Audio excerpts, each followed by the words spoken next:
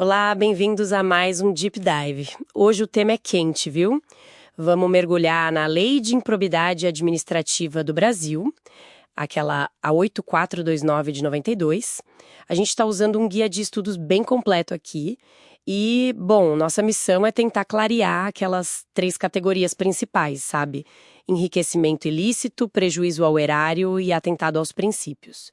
O material até aponta que às vezes rola uma confusãozinha, né? Principalmente entre enriquecimento e a violação de princípios. Então, vamos focar um pouco nisso. E só para nivelar rapidinho, improbidade é basicamente falta de honestidade com a coisa pública. E erário é o nosso dinheiro, né? O caixa do governo. Exato, perfeito. E essas condutas, elas atacam justamente os pilares da administração pública. Aquele famoso LIMPE, né?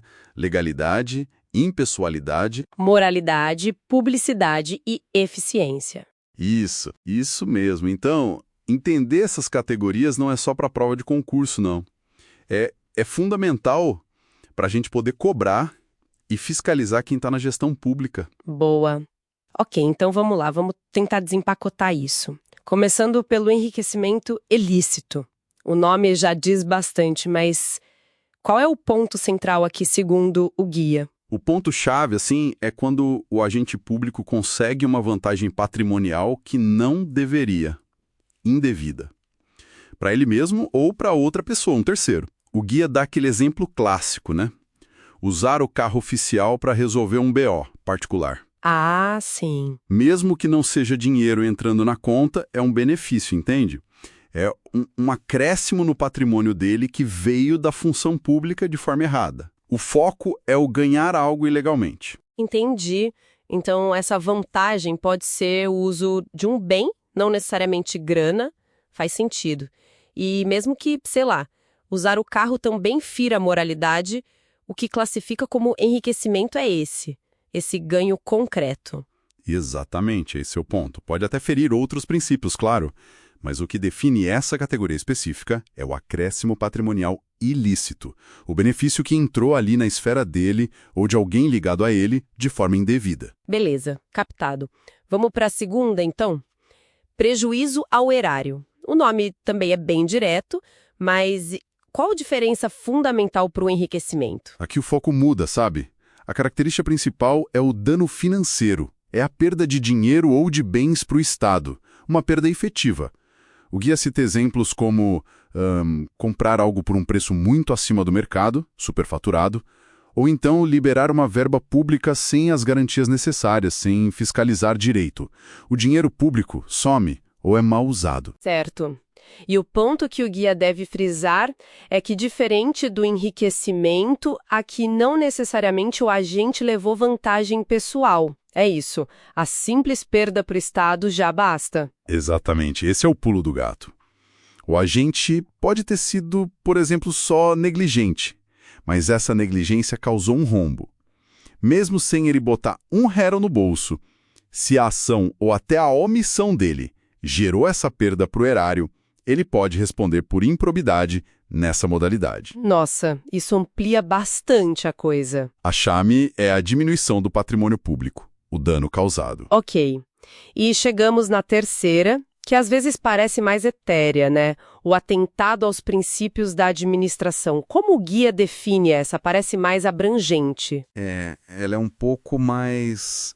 um guarda-chuva, digamos assim. Ela cobre aquelas condutas que violam os deveres básicos de honestidade, de impessoalidade, de legalidade, lealdade.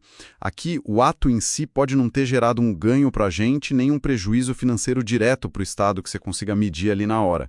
Mas ele fere a ética, a base da administração. É a quebra da confiança, da moralidade administrativa mesmo. O guia menciona exemplos como quebrar sigilo de alguma informação importante ou o famoso nepotismo, né? Nomear parente para cargo.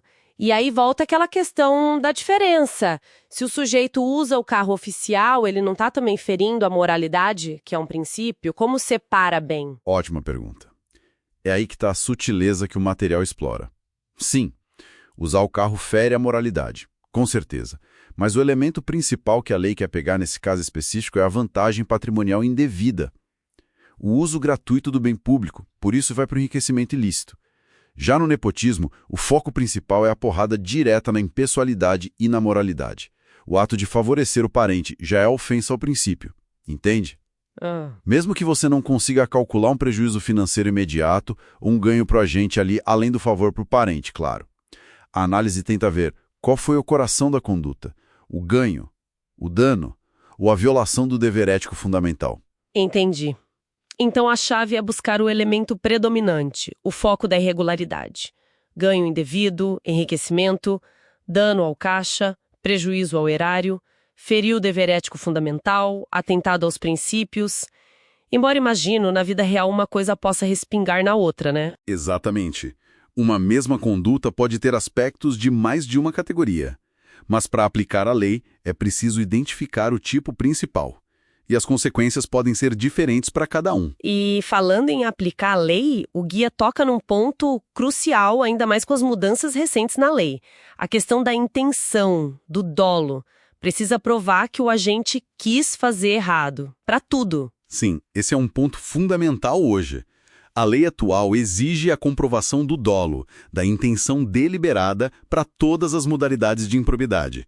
Não basta mais provar só a culpa, a negligência, para alguns casos como era antes. Quer dizer que não adianta só mostrar que o ato aconteceu e gerou resultado ruim.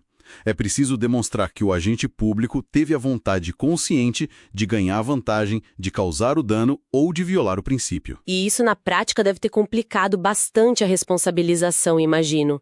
Provar a intenção não é fácil? Com certeza. Tornou o processo mais complexo, exige uma investigação mais aprofundada da intenção do agente. É um desafio maior. Então tá, recapitulando rápido, 3 tipos: ganho, dano, violação de dever.